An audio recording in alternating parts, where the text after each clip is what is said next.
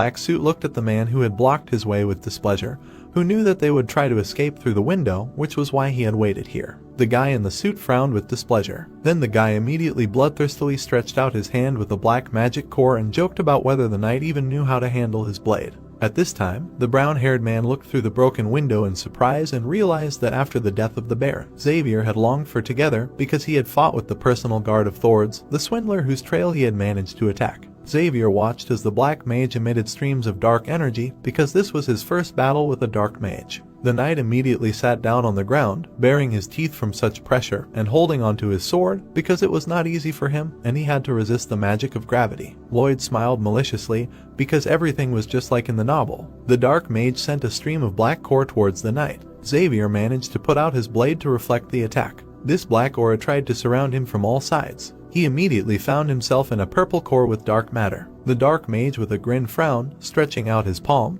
because he understood that it was predetermined and Xavier must die. A huge fist immediately flew at him. The knight pressed himself to the ground with his feet and tried to convulsively hold the blade. The dark magician looked at what was happening with bewilderment and a sullen grin, because in the novel Xavier fought the scoundrel, being only a simple weapons specialist. The blue-haired knight looked furiously at his opponent with a core in his chest. It was a blue ball that studied matter along the axis, because the real Xavier has a heart of mana triple ring. He immediately swung his sword and cut the barrier. The knight looked away in confusion and tried to understand what it was, whether it was magic that controls gravity. At this time, Dark Max with a drooping look stretched out his fist in the sweat of his brow. The dark magician immediately soared into the sky to escape, but Thords was indignant at such a fate. Xavier immediately went to the swindler, who stretched out his hands in fear because they wanted him for his deception of honest people. The swindler immediately flew into the wooden barrels. The knight arrogantly raised his blade over the scoundrel and said that he would cut off his legs